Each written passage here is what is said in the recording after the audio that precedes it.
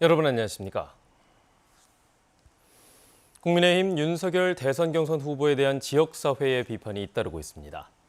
전두환 옹호성 발언에 이어서 자신의 SNS에 올린 개 사과 사진 때문인데요.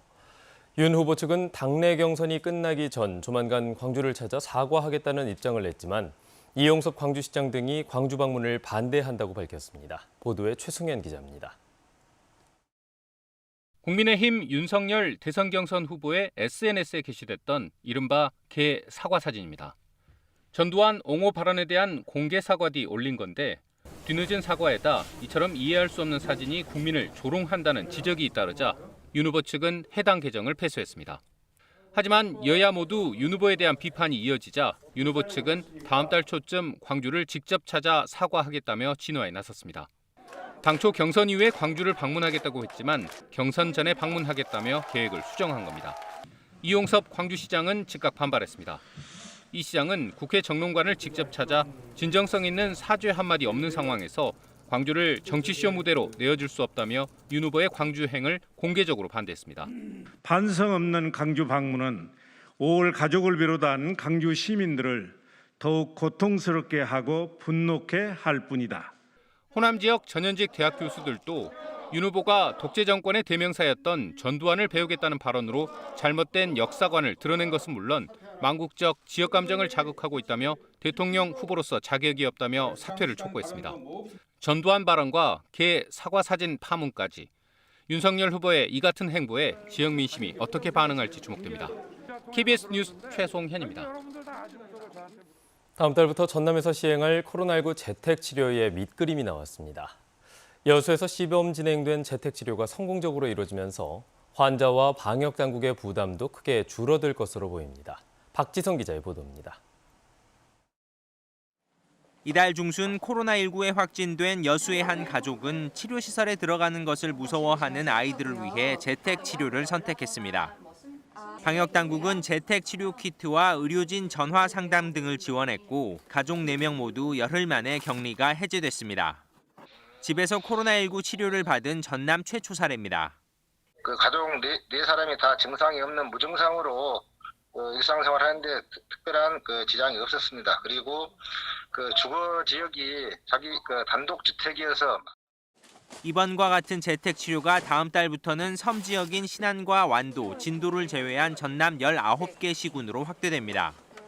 50살 이하의 기저질환이 없는 경증이나 무증상 확진자가 대상인데 재택치료에 동의하지 않으면 기존처럼 별도 시설에서 치료받을 수 있습니다. 재택치료 환자에게는 협력병원과 음압구급차가 지정되고 하루 2차례 이상 의료진의 전화 상담이 이루어집니다. 이제 응급 증상이 나타나게 되면은 이제 시군 보건소라든지 의료기관에 연락하시게 되면은 즉시 출동하셔서 전담병으로 이송하는 체계 이렇게 갖출 계획이다 말씀을. 전남도는 위드 코로나 시행과 함께 확진자가 늘 가능성도 있는 만큼 재택치료가 시작돼도 생활치료센터 규모는 당분간 유지하고 위중증 병상은 확대한다는 계획입니다. KBS 뉴스 박지성입니다. 문재인 대통령이 고흥 나로도 우주센터에서 진행된 누리호 발사를 성공으로 규정해 관심을 모으고 있습니다.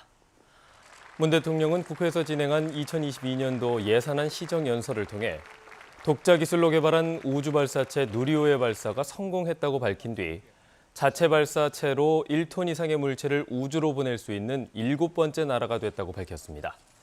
문 대통령은 이어서 마지막 한 걸음만 더 나아가면 우리 땅에서 우리 발사체로 우리 위성을 쏘아 올릴 수 있을 것이라면서 기술 이전을 통해 민간 우주 산업을 한 단계 도약시킬 수 있을 것이라고 덧붙였습니다.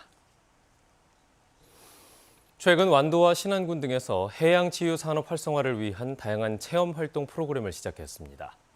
아직 국내에서는 해양치유는 조금 낯선 개념이지만 해양치유의 효과와 연구자료 등이 쌓이면서 현대인들의 관심과 기대가 커지고 있습니다. 김광진 기자의 보도입니다.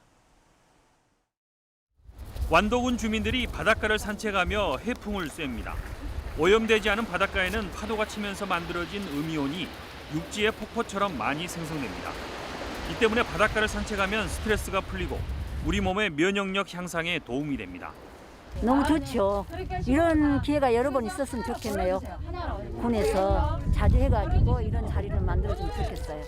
최근 벨기에 겐트 대학교 해양 독성과 환경학 연구진은 바닷가 공기와 육지 공기 두 종류를 인간 폐 세포에 노출하는 실험을 했더니 바닷가 공기가 세포의 암 발생과 콜레스테롤 생성을 억제한다는 연구 결과를 발표했습니다.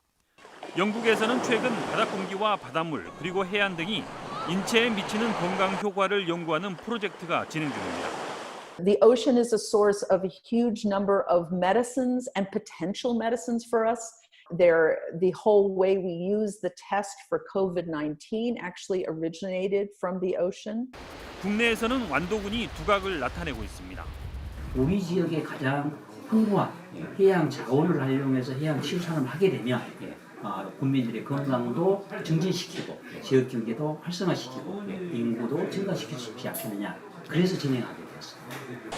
신안군에는 최근 해풍과 소금 그리고 갯벌 등을 활용한 해양치유센터 건립에 투자자가 관심을 보이고 있습니다. 소금과 해양치유센터의 해풍과 이게 어울리는 과정이 된다 그러면은 제가 볼 때는 여기 정도가 제일 적합한 지역으로 알기 때문에 이번에 저희가 땅도 한 3,000평을 구입을 해서 그동안 경험만으로 이루어진 해양치유 효과에 대해 과학적인 분석 등이 더해지면서 해양치유 산업에 대한 관심이 더욱 고조되고 있습니다. KBS 뉴스 김광진입니다. 최근 대장동 개발 사업을 계기로 민간 사업자의 이익 극대화에 대한 사회적 관심이 큰 상황입니다. 광주도시공사가 수천억 원의 개발 이익이 예상되는 첨단 3지구 개발 사업과 관련해 초과이익 환수 방안 등을 최대한 마련하겠다고 밝혔습니다. 하지만 사업 공모 당시에 이 같은 내용은 빠져 있어서 현실성이 있을지 의문입니다. 김호 기자입니다. 2011년 연구개발 특구로 지정된 첨단 3지구입니다. 총 사업비 1조 2천억 원을 들여 인공지능 산업 융합 집적단지는 물론 국립심혈관센터가 들어설 예정입니다. 지난해 LH가 사업 참여를 포기하면서 광주도시공사는 전체 30% 면적에 대해 민간 사업자가 대행 개발하도록 했습니다. 해당 면적은 공동주택 용지 3개 필지로 분양대금 3,800억 원을 받아 토지보상비 등에 활용하기 위해서입니다. 광주도시공사는 이번 사업 방식의 특성 탓에 신용도 등을 주요 평가 항목으로 제시했고 A업체가 단독으로 사업 제안서를 제출해 평가 기준을 통과했다고 밝혔습니다. 민간 사업자의 과도한 이익 발생 우려에 대해선 분양가 상한제 적용과 62개 항목 원가를 공개하는 등 안전장치를 마련하겠다는 입장입니다.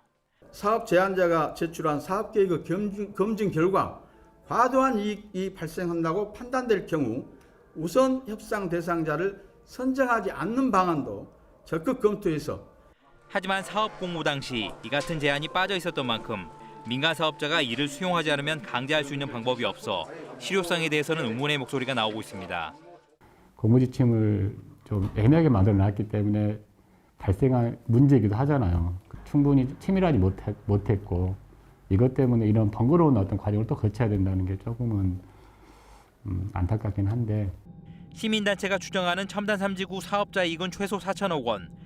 광주도시공사가 우선 협상 대상자 지정에 앞서 사업 계획서에 대한 철저한 검토와 함께 초과 이익 환수 방안을 마련할 수 있을지 주목됩니다. KBS 뉴스 김호입니다. 전남 지역의 인구 10만 명당 사망률이 전국에서 가장 높은 것으로 나타났습니다.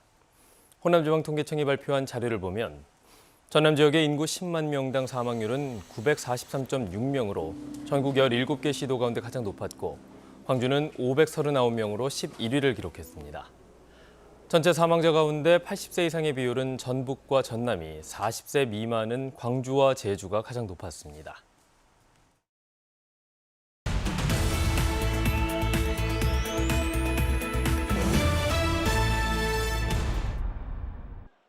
광주시 북구에 국공립 중흥 하나 어린이집이 문을 열고 본격적인 운영을 시작했습니다.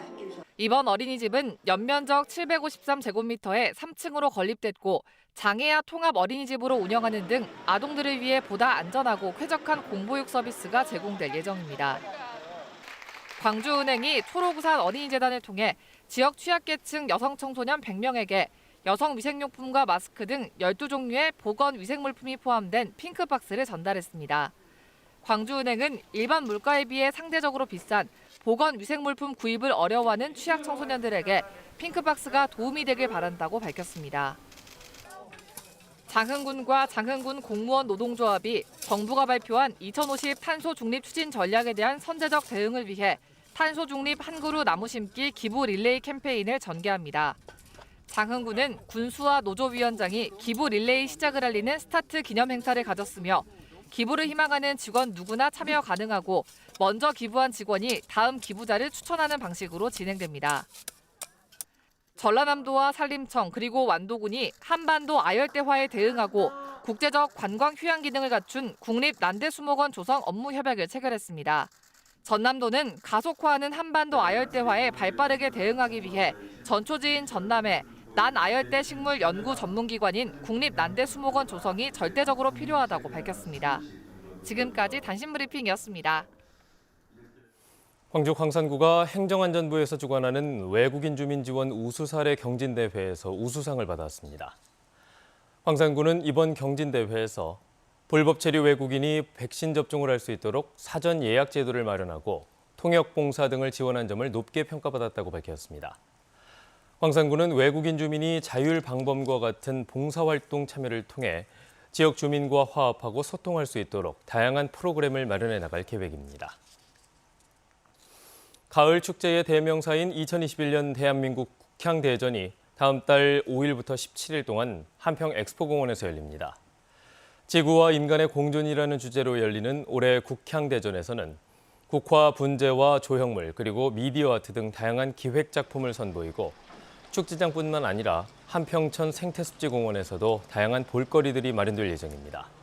한평구는 코로나19의 여파로 잠시 중단됐던 국향대전이 오랜만에 관광객들을 맞이하는 만큼 안심 안전축제를 선보이겠다고 밝혔습니다. 대한민국 명승으로 지정된 여수 백도 인근의 해저 오염이 심각하다는 주장이 제기됐습니다. 해양환경인명구조단 여수구조대는 최근 백도 인근 바다에서 수중 환경 모니터링 활동을 한 결과 그물 등 폐어구와 생활 쓰레기가 200kg 이상 발견됐고 어류 폐사 현상도 관찰됐다며 여수시 차원의 대책 마련이 시급하다고 밝혔습니다. 해양환경인명구조단 여수구조대는 매년 백도 인근 바다에서 수중 정화와 해양환경 모니터링 활동을 펼치고 있습니다.